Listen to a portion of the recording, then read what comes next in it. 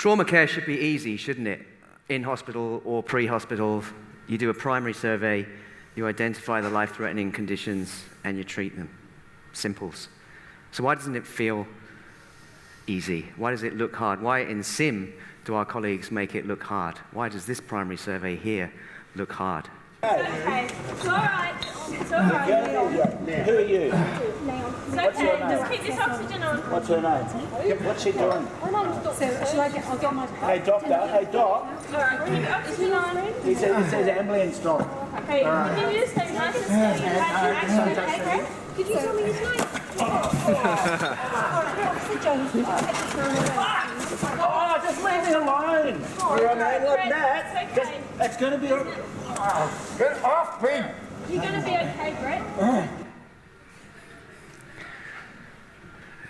It's the non-technical challenges, isn't it? The clinical bit really is the easy bit. So what can we do to mitigate those challenges when we're doing either a simulation or an actual mission? Well, the beautiful thing is that we have this space before we get hands on to the patient. We have this time in which we can provide a structured approach, think through what it is about yourself, about your team, about your environment that you need to get right before you get hands on. But when's the best time to do this? When is the 0 point on the clock? Is it when you're parking the ambulance or landing the helicopter? Or is it before that when you're being activated by your tasking agency? Or is it when you start your shift? Or is it when you get up in the morning? Well, it's all of those things, isn't it? We have plenty of opportunity to prepare for these difficult, non-technical or non-clinical tasks. So the 0 point on the clock could be at any of those times, but that's when you survey the non-technical challenges. And a structured approach can be provided with a mnemonic that we introduced last year at SMACCForce, the self-team environment patient, and then update and priorities. So we're going to take you through this. Self is when you get your own shit in a pile, as it's called in Australia. This is your physical and psychological preparedness. Team doesn't just refer to briefing your team, telling them what to expect, and allocating roles. It refers to the wider team, the wider collection of humans on scene or in hospital that you're going to have to manage and deal with. Environment is really important, and I think it's really important because in pre-hospital and retrieval medicine, we're pretty much defined as a subspecialty by the fact we're the only part of medicine where the environment is changing and unpredictable. And the other important thing about environment is that it's almost universally omitted from every CRM or human factors or non-technical skills course that you will do, especially ones that come from the aviation industry that are used to dealing with a fixed cockpit environment. And then, after controlling self-team and environment, we get hands on the patient. We do our primary survey. We've surveyed the scene, we've surveyed the patient. Now we can come up with our clinical and logistic plan. And this is our opportunity to share the mental model with the team with an update, establish the immediate treatment priorities, and so we can set the mission trajectory. Now, just like we're taught that if the patient deteriorates, we go back and repeat the primary survey, we recommend that if the job is deteriorating, if the mission, if the feel, if the flow is deteriorating, we go back through the step up and repeat the 0 point survey. And continually updating and providing the immediate priorities helps you maintain that mission momentum. So we're now going to go into a little bit more detail about the self component and the team component. So self is an incredibly important place to begin. We only have the ability to modify our own reactions to a situation and present ourselves in a way that allows us to stay cool, calm, and collected, which is really what all pre-hospital clinicians should be. So I would like to involve the audience at this point in time. One of the things that I firmly believe in is the power of the breath. So at this point in time, I'm going to take you through the very first step in the 0 point survey, which is what I do on the way to every single mission, as do many of our colleagues. So in the interest of not freaking you all out, what I'm going to ask you to do is close your eyes. And I would like you to take a deep breath in for 3 seconds. Hold your breath for 3 seconds. Now breathe out for 3 seconds. hold your breath for 3 seconds. And now I'm going to give you a moment to do that by yourself. Physiologically, you can open your eyes now. Physiologically, what you have just done then is actually lowered your heart rate, actually relaxed yourself a little bit more after the excitement of the first and opening sessions of SMACC. And you have actually brought yourself into a position where you can start to focus on what's coming next. If I said the word tension pneumothorax to you, don't tell me what it is, don't define it, but what words come to mind? What thoughts, what processes, what responses? Shut it out. What? Dart, okay. Something else. Something that makes some sense. Death? Thoracostomy? Emergency. All right. The interesting thing about attention pneumothorax is it's a great example of a very concrete mental model. And I would guess that this group of people could not only define what it is and define what the response is, decompression of tension physiology, but you can also appreciate the team processes related to that, right? You can picture what your job is, but you probably have a sense of what your partner's job, your teammate's job, your broader team's response is to that scenario. And that speaks to a very important concept that the 0-point survey helps set up, which is this notion of implicit team coordination. If you're looking for the holy grail of advanced and elite team performance, it's this. And you actually heard a wonderful example of it a few presentations ago when you heard about the thoracotomy that happened with no words at all. This is a team that understands and anticipates and knows the needs, the strengths, the limitations, the shortcomings, if you will, and the capacities of their team members, and doesn't have to speak a lot about it. You would recognize this from your practice as the quiet code, right? The cardiac arrest where there's not a lot of talk. And to facilitate that, teams need implicit coordination of both team-based processes and task-based processes. And the 0-point survey helps facilitate this on a team level by way of structured pre-briefing. Now, even if you don't have a whole lot of time, you can add some structure to this. I like to think of a team that's very effectively pre-briefed as a sprinter on the line. They're coiled, they're posed, they're composed, they're full of strength, they're ready, but they're still. And there are more verbose ways to do this, but if you only have 20 seconds, you can run down a 4-point, what do we know? So in trauma, for example, what are the anticipated injuries based on the mechanism? Once we've discussed that, what's our primary response going to be? What are we going to do? And very importantly, what's our contingency? What will we change if that doesn't work? And then who's going to be doing what? In a very time-constrained environment, that's a quick way to run through a team brief that gets everyone on the same page, helps facilitate that implicit coordination. This is the European Trauma Courses version of the same sort of thing. When you get a pre-alert, you address the I'm safe elements of the 0-point survey. Those are things like, do you have to go to the bathroom? Are you hungry? Are you pissed off about something? Can you shelf that by way of a controlled breath? Once you've got that done, team introductions, focusing by and large on the case details, and role allocation. And then you'll notice a trend here. Not only do you develop a plan A, but you create backup behaviors. You form contingencies, which is an incredibly important part of not only creating a mental model, but a flexible mental model that can be bent based on the responses of the scenario as it evolves in front of you. And finally, this is not, as Cliff said, meant to be sort of a one-way briefing from team leader to team members.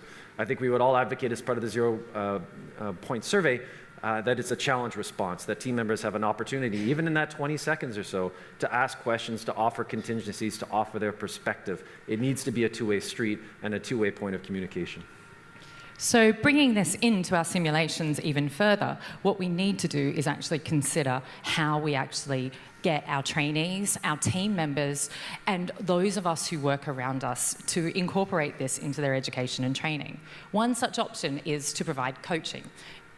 By coaching, one of the things that we can do within simulation is something called a pause and discuss simulation. So you can start a sim, you can then stop it, give a conversation, coach people, ask them to work their way through their 0-point survey, and then go back and repeat it. One of the advantages of this form of coaching and simulation-based training is that you get to understand how people are feeling in that exact moment, rather than after the entire scenario has run. And that can be particularly useful in terms of the 0-point survey as things start to amp up. We'll ask our teams to rehearse these skills over and over and over again through different simulations. And what we'll do is actually craft them to challenge them in the ways that challenge the components of the 0-point survey. So we might do something which actually brings a little bit of discohesion to the team, or an additional bit of challenge within the team. We might ask and make the environment slightly more challenging in order to do this. But what we'll do, though, is ask people to rehearse the good. And that's a really strong belief that I have about simulation. It is about rehearsing the good. Of course, one of the things we also believe in is stress inoculation training, and that is where we put people outside of their comfort zone and give them a little bit of extra threat and some challenge after some coaching, some knowledge to be able to do that. And the 0-point survey is the basic fundamental in which we ask people to approach this challenging and threatening situation.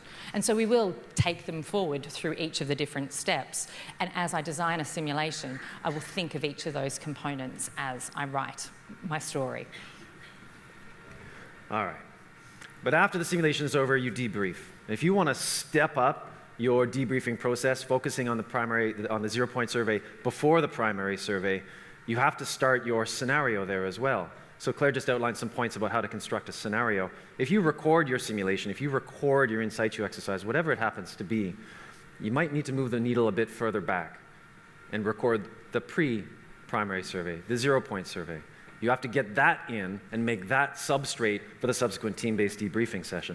We also think it's useful to have some sort of a visual aid, a mnemonic, like the step-up that people can refer to during their debriefs, so you can talk your way through what your 0-point survey actually looked like. And once you do that, it allows you to look at all sorts of interesting elements of the step-up mnemonic. For example, you can look forward and measure things like stress. We tend to think of stress as very subjective, but it could actually be measured.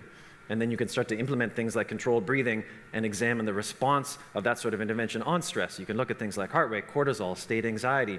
You can examine the effects that your pre-primary survey, that your 0-point survey has on those self-preparation physiologic parameters.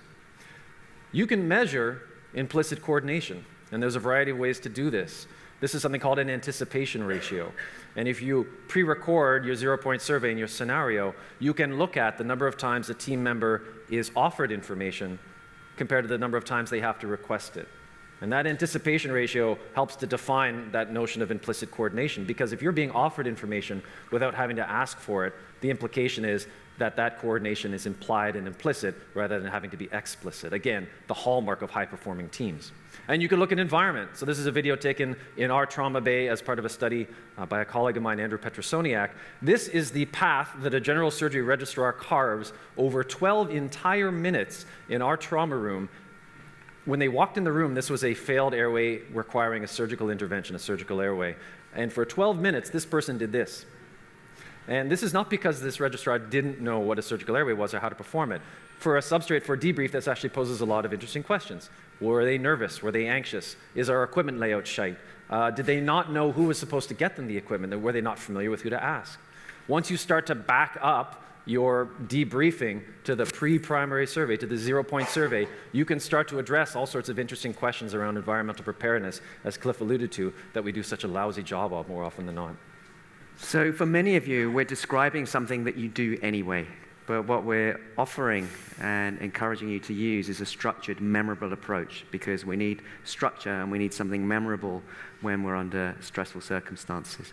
So you can apply this in your clinical practice, but also importantly in your teaching and in your simulation and simulation debriefing. If you want more information on the ZPS, there's a YouTube video that summarizes everything we've just said. Thanks.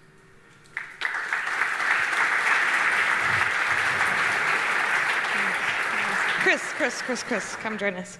So SMACCForce headquarters sent us the correspondents on the floor to come and ask you some important questions. First of all, you spoke about the concept of the silent resus, where team members are working very well together and have worked as a team cohesively.